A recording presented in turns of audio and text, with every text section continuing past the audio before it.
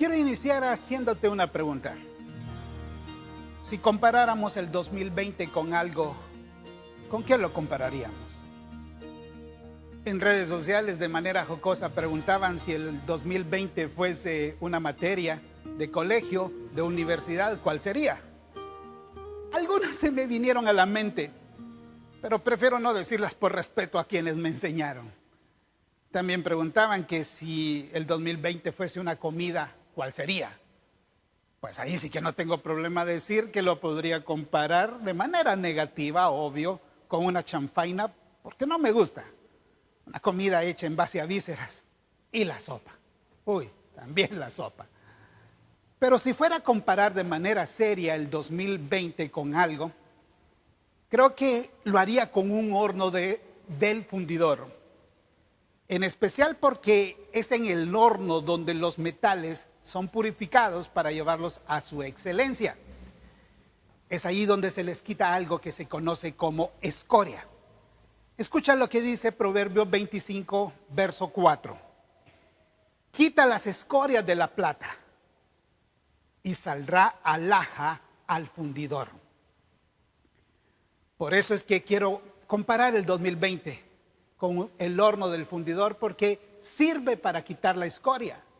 Sabemos que los metales en la naturaleza están en estado bruto y para refinarlos generalmente los hacen pasar por el horno de fundición, y cuando están en un estado líquido incandescente flota la escoria, que es la impureza que tiene el metal.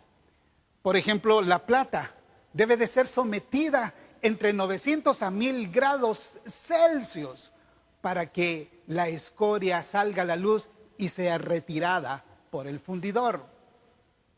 De la misma manera, hay escorias en nuestra vida, impurezas que deben ser quitadas.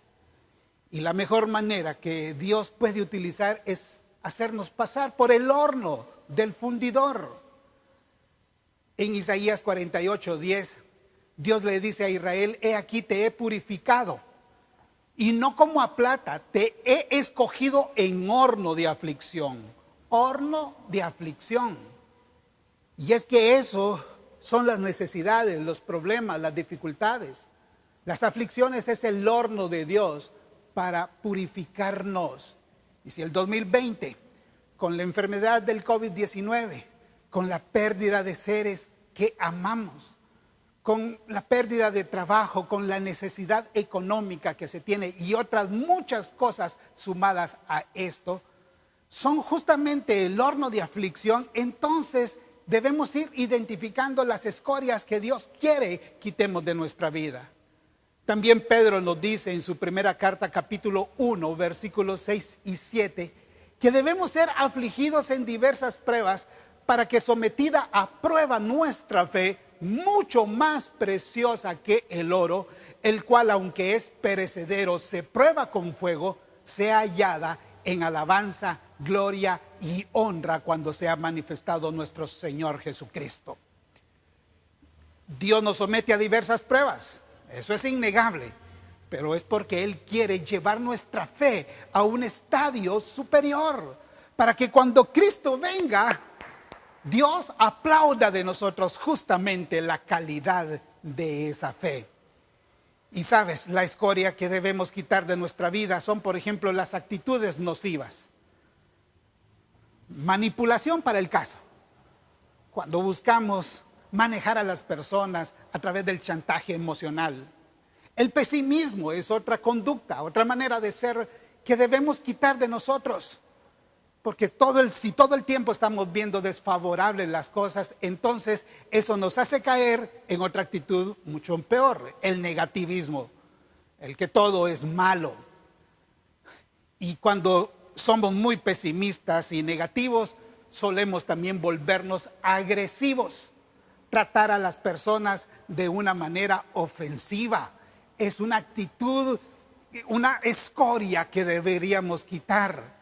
Nos volvemos demasiado críticos de las personas y de sus conductas. Y una persona que es altamente crítica y solo como por destruir, nada más por el deseo de expresar una opinión, de verdad que es una persona que termina siendo desagradable. Agreguémosle que habemos también personas que podemos ser incómodas, que parece que nada nos agrada, que nada nos gusta, y eso nos lleva también a ser a veces personas indiferentes, como que no nos importara nada también. Hay también escoria de hábitos perjudiciales, como la mala alimentación que solemos tener, porque de pronto nuestra dieta no es la más adecuada y es algo que también deberíamos mejorar. ¿Qué decir de ser personas desordenadas? Que vivimos todo el tiempo en medio de un desorden, eso no es correcto. O el mal uso de nuestro tiempo es también un hábito que puede llevarnos a malgastar un bien maravilloso que Dios ha puesto en nuestras manos, como es el factor tiempo. Eso nos lleva a postergar las cosas, ser personas que dejan para última hora todo, pues nos vuelve personas quejumbrosas, nos volvemos personas que por todo nos excusamos, nos justificamos. La impuntualidad es un hábito odioso. El endeudarse de manera innecesaria, el mal dormir por el abuso de dispositivos electrónicos o ser también abusivos en cuanto al uso de sustancias que terminan pues volviéndose para nosotros más que un hábito, un verdadero vicio. Sumémosle los pecados, escorias que están en nuestra vida como la mentira, el mentir todo el tiempo para librarnos de dificultades o de consecuencias. El pecado sexual en todas sus manifestaciones, cuando somos infieles, adulteramos, cuando somos fornicarios, cuando nuestra vida está yendo en una dirección que perjudica el templo del Espíritu Santo. Esa escoria que debe de ser quitada de nuestra vida. Y no solamente hablamos de pecados escandalosos, sino de aquellos que están allí en el corazón, como la codicia. Recuerda que la Biblia dice que no hay que codiciar las posesiones de otros, ni siquiera la mujer de otro. Y qué decir de la envidia y del orgullo. Escorias que Dios quiere que quitemos de nuestra vida. Y por eso es que Él nos coloca en el horno del fundidor, para quitar toda esa escoria y para hacernos mejores. Dios quiere que nuestros quilates se eleven, que seamos, dice el versículo aquí en Proverbios 25:4, alhaja del fundidor. Y aunque a veces el calor del horno puede volverse insoportable, aguantémoslo, porque ese es Dios queriendo llevarnos a un nuevo nivel.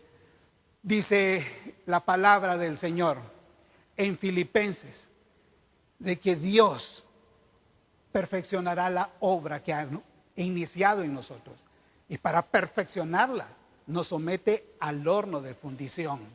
El mismo Job en el capítulo 42 verso 5 dice que él llegó a tener un mejor conocimiento del Señor después de haber pasado por todo lo que pasó, perdido su familia, perdido sus bienes, perdido su salud. Después de todo eso dice: de oídas te había oído, mas ahora mis ojos te ven. El horno de aflicción puede llevarnos a tener una relación mucho más personal, más íntima, más genuina con nuestro Dios. Eso es definitivo. No hagamos entonces que el tiempo en que Dios nos tiene sometidos al horno se vuelva vano, que este tiempo de purificación sea en vano.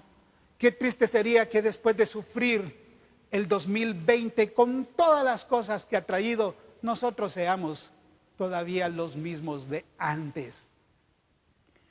La humanidad ya ha pasado por pandemias y por dificultades enormes, y uno creería que la calidad humana debería haber mejorado, pero es evidente que no. Parece que cada generación necesita su propio horno de aflicción para hacerlo pensar, reflexionar qué es lo que hay que quitar de la vida como escoria para que seamos mejores personas. No dejemos que este año pase en vano. No dejemos que eso suceda. A Israel le pasó, lastimosamente le pasó.